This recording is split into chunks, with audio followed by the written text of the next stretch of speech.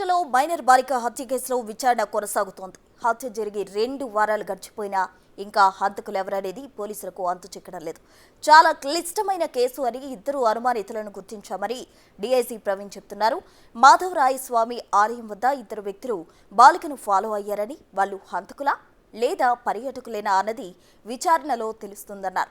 దాదాపు 300 మందిని విచారణ చేస్తున్నామన్నారు. కేసుకు సంబంధించిన అన్ని కీలక ఆధారాలు సేకరించే పనిలో ఉన్నామన్నారు. తొందరలోనే ఛేదిస్తామని డీఐసీ తెలిపారు. ఈ కేసులో స్థానికుల్లో అనేక అనుమానాలు కలుగుతున్నాయి. ఈ మర్డర్ మిస్టరీ వీడేది ఎప్పుడో చూడాలి.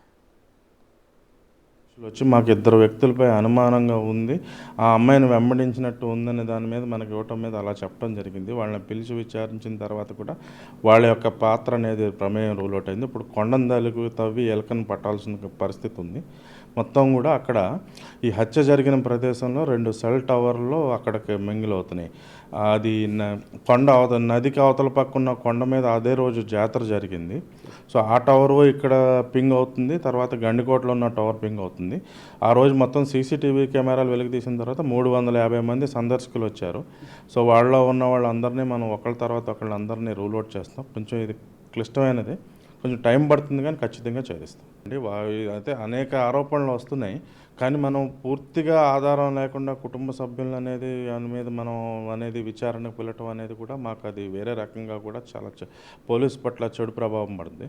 సో బయట వాళ్ళ ప్రమేయం 100% రూల్ అవుట్ అయిపోతే కనుక అప్పుడు కుటుంబ సభ్యులను కూడా మనం విచారిస్తాం. అందరినీ ఇప్పుడు వరకు 300 మందిని రూల్ అవుట్ చేస్తాం. కతిమ వాళ్ళు కూడా వాళ్ళని పట్టుకొని వాళ్ళు అన్ని ఆ వివరాలన్నీ తీసుకొని కంటిన్యూస్గా అదే పనిలో 10 రోజులుగా మాకు అదే సరిపోతుంది. గండికోట బాలిక హత్య కేసు మిస్టరీకి సంబంధించి మరిన్ని అప్డేట్స్ మా ప్రతినిధి శివ కడప నుండి అందిస్తారు. శివ, చెప్పండి. అయితే బాలిక చనిపోయి సుమారు 15 నుంచి 17 రోజులు అవుతోంది. అయితే ఇప్పటి వరకు కూడా ఎవరిని పట్టుకోని పరిస్థితి పోలీసులు. అయితే డీఐజీ మాత్రం ఇద్దరు అనుమానితులు ఉన్నారంటున్నారు. ఎవరు ఆ నిందితులు, వారికి సంబంధించిన అప్డేట్స్ ఏంటి? ప్రస్తుత గండికోట బాలిక మైనర్ బాలిక హత్య గురి కాబట్టారు. దీనికి సంబంధించి కూడా ఇప్పటికి దాదాపు 2 వారాలు పూర్తయింది. అయినప్పటికీ కూడా ఈ కేసు తేలకపోవడంతో మాత్రం స్థానికతో పాటు కాస్త జిల్లాలో కూడా కాస్త చర్చనీయాంశంగా మారిందని చెప్పవచ్చు. అయితే దీనికి సంబంధించి కూడా నిన్న డీఐజీ కొన్ని కీలక విషయాలు వెల్లడించారు. ఈ కేసులో దానికి సంబంధించి కూడా ఇప్పటికి దాదాపు 2 సెల్ టవర్ల ఆధారంగా 350 మంది గుర్తించాం. వారిలో ఒక 300 ఇప్పటికే విచారించి పంపించేశామంటున్నారు. అయితే దీనికి సంబంధించి కూడా మరో 50 మంది ఉన్నారు, వాళ్ళు కూడా విచారించాలి అంటున్నారు. అయితే దీనికి సంబంధించి కూడా కొంత కీలక విషయాలు వెలుగులోకి వచ్చినట్టు తెలుస్తుంది. ఆ గండికోటలో మైనర్ బాలిక ఎప్పుడైతే హత్య గురయ్యారో అదే రోజు కూడా ఆ బాలిక చుట్టూ కూడా 2 అనుమానితులతో గుర్తించాం. సో వాళ్ళిద్దరూ కూడా వాళ్ళ పాత్రపై కూడా విచారణ కొనసాగుతుంటారు.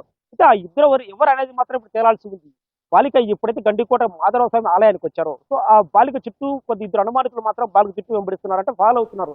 ఆ బాలిక పట్టి అనుమానం పరిశీలిస్తున్నారు. బాలిక ఎక్కడికి వెళ్తే వాళ్ళు కూడా అక్కడే ఉంటున్నారు. అంటే ఈ ఫోటోలో ఆధారం పోలీసు సేకరించారు. సో ఈ ఫోటోలో ఉన్నది వీళ్ళు పర్యాటకుల లేదంటే బాలిక హత్యానికి వచ్చిన నిందితులు హంతకుల. సో ఇది మాత్రం కాస్త వాళ్ళకు పోలీసులు కొంచెం సవాల్గా మారింది. అయితే వాళ్ళు ఎవరు ఏంటన్నది కూడా పోలీసులు గోప్యంగా ఉంచారు. వాళ్ళిద్దరు పాత్రపై కూడా ఇప్పటికే విచారణ చేపట్టారు. ఆ ఇద్దరు కూడా స్థానికుల లేదంటే బయట వ్యక్తుల, వాళ్ళు పర్యాటకులుగా వచ్చారు లేదంటే హంతకుల. ఈ కోణంలో విచారణ చేపడుతున్నప్పటికీ కూడా పోలీసులు కొన్ని అయితే ఇప్పుడు కీలక ఆధారాలు అయితే లభించినట్లేదు.